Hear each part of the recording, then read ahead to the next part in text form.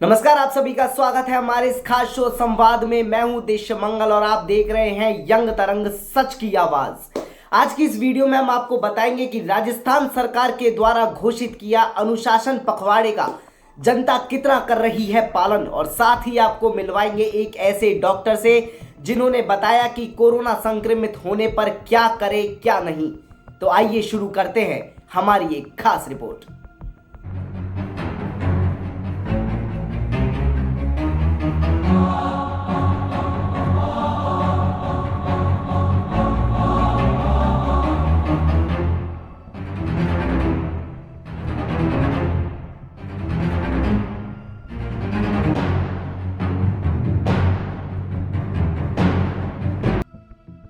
बढ़ते हुए कोरोना मामलों के मद्देनजर राजस्थान सरकार और देश के कई राज्यों के द्वारा अनुशासन पखवाड़े को घोषित किया गया है।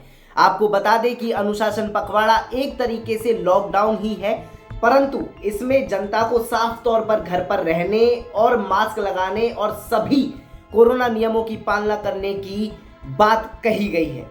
यदि जनता के द्वारा इन नियमों को तोड़ा जाता है या लापरवाही बरती जाती है तो उनकी गिरफ्तारी या 4,000 रुपए तक का जुर्माना वसूला जा सकता है। परंतु वहीं दूसरी ओर देखा जाए तो जनता के द्वारा इन नियमों की पालना सही ढंग से नहीं की जा रही है। कोरोना ने पूरे देश में ही अपना आतंक फैला रखा है। इसी के मद्देनजर राजस्थान सरकार के द्वारा जन अनुशासन पखवाड़ा घोषित किया गया है, जिसमें यह साफ तौर पर नामांकित किया गया है कि यदि नियमों को तोड़ा गया तो गिरफ्तारी या 4,000 रुपए तक का जुर्माना हो सकता है। आपको बता दें कि पुलिस प्रशासन के द्वारा इस बार अधिक शक्ति बरती जा रही है, परंतु जनता इन नियमों का पालन नहीं करती नजर आ रही और खुलेआम बिना मास्क और सोशल डिस्टेंसिंग का पालन किए बाजार में घूमते हुए नजर आ रही है।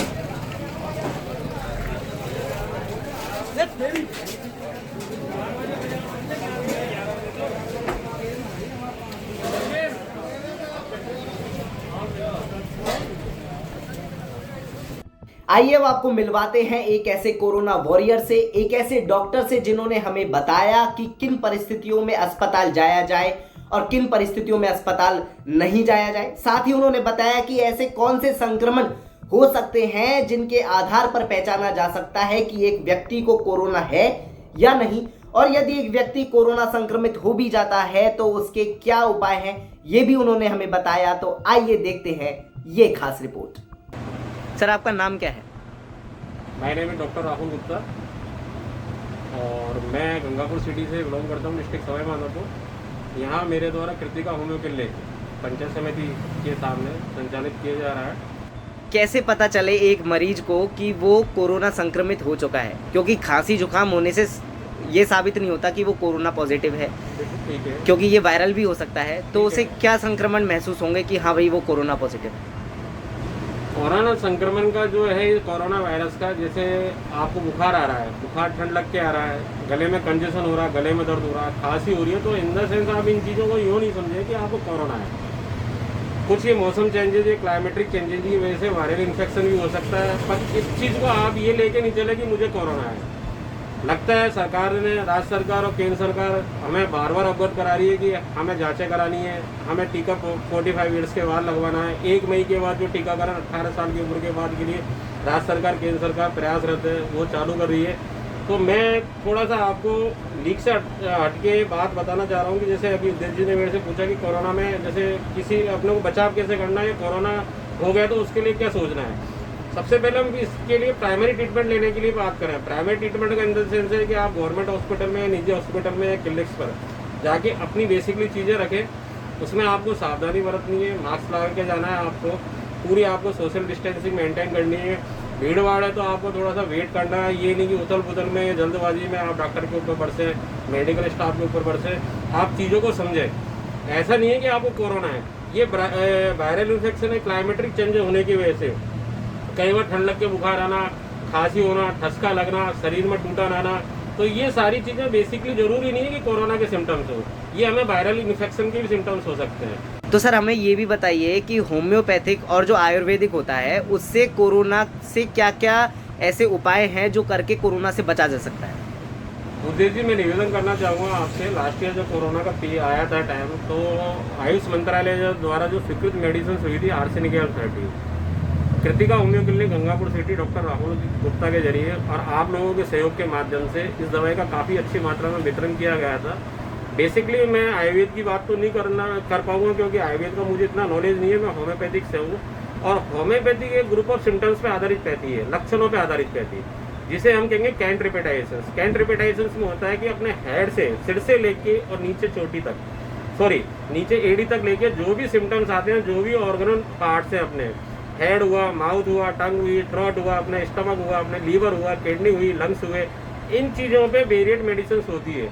सिम्टम्स पे आधारित पैथी है होम्योपैथिक, और इसमें हम जरूरी नहीं है कि जैसे हमें इलाज नहीं मिल पा रहा तो हम होम्योपैथिक से भी इस चीज़ को बढ़ावा दे सकते हैं। बढ़ावा से इन द सेंस ये है कि हम इस बीमारी को ठीक कर सकते हैं। जैसे जैसे हमें राज्य सरकार और केंद्र सरकार की गाइडलाइंस मिल रही है कि हमें टीकाकरण कराना है, ज़्यादा से ज़्यादा हमें टीकाकरण करवाना है, लगवाना है।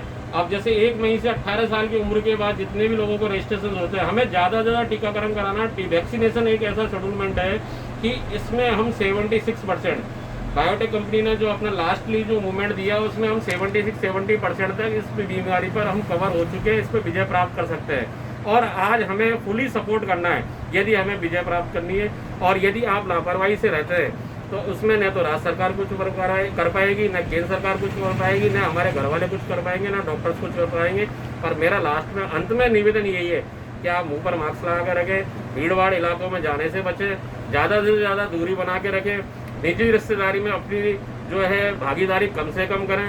जब तक हम इस बीमारी पर 70 से 80% तक वैक्सीनेशन और नहीं करवा लेते हैं, तब तक हमें बचाव से रहना है। धन्यवाद। सर, मेरा एक सवाल और है आपसे कि वैक्सीनेशन के बाद भी लोगों की मौत हो रही है, और ये भी कहा जाता है कि वैक्सीन लगवाने के बाद एक इंसान के अंदर कपकपी छूटती है और 2-3 घंटे के बाद उसकी मृत्यु हो जाती है। कई ऐसे मामले सामने भी आए हैं, तो ये बात कहाँ तक सही है और क्या इससे होता है?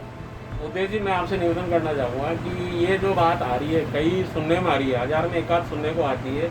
कई लोगों को क्या है कि फियर है कि कोरोना की वैक्सीन लग रही है, ये कोरोना की वैक्सीन कुछ नहीं है, गवर्नमेंट पागल बना रही है, ये बना रही है, वो बना रही है। तो इस मायने में मैं आपसे काफ़ी हद तक कहना चाहूँगा, इस तरह की कोई भी बातें नहीं है।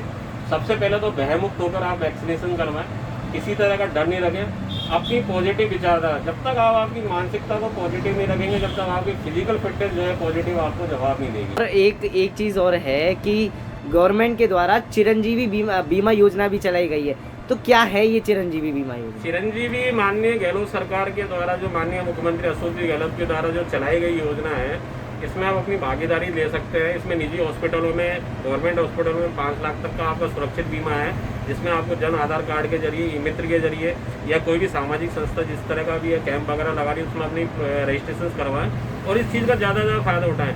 क्योंकि ये जो बीमारी है, आज ये बीमारी है, ऐसा तो है नहीं कि ये परमानेंट बीमारी रहेगी। इस बीमारी को आज नहीं तो कल तो जाना ही है। पर चिरंजीवी जो माननीय मुख्यमंत्री जी गहलोत का मैं बहुत बहुत धन्यवाद देना चाहूँगा कि आज किसी भी तरह की बीमारी से हम ग्रसित हो रहे, जरूर नहीं हो कोरोना ही हो, तो उस बीमारी से हमें 5 लाख के बजट से हमें निजी अस्पताल में, सरकारी अस्पताल में काफ़ी हद तक एक सहयोग मिलेगा। आज हम एक छोटी छोटी बीमारी के लिए, इलाज के लिए जाते हैं, लाखों रुपए हमें चाहिए होते हैं। आज 5 लाख रुपए कम नहीं होते हैं एक बीमारी के ट्रीटमेंट के लिए। और इस चीज़ के लिए मैं बहुत बहुत आभार व्यक्त करना चाहूँगा माननीय मुख्यमंत्री अशोक गहलोत जी का, चिरंजीवी स्वास्थ्य योजना के लिए। और इसमें ज़्यादा से ज़्यादा रजिस्ट्रेशन अपने जन आधार कार्ड के जरिए जो है आपको क्या लगता है कि राज्य सरकारों द्वारा घोषित किया गया अनुशासन पखवाड़े का अगर पालना की जाए तो क्या कोरोना को लॉक किया जा सकता है? और डॉक्टर साहब की बातें आपको कहां तक सही लगी और कहां तक ये असरदार है, फायदेमंद है, ये भी आप हमें बताइएगा और अपना फीडबैक हमारे कमेंट बॉक्स में जरूर दीजिएगा। Like this video, share this video, comment on this video and subscribe the channel. और ऐसी ही अनेक जानकारियों के लिए और देश भर में चल रही अनेक खबरों के लिए देखते रहिए यंग तरंग, सच की आवाज।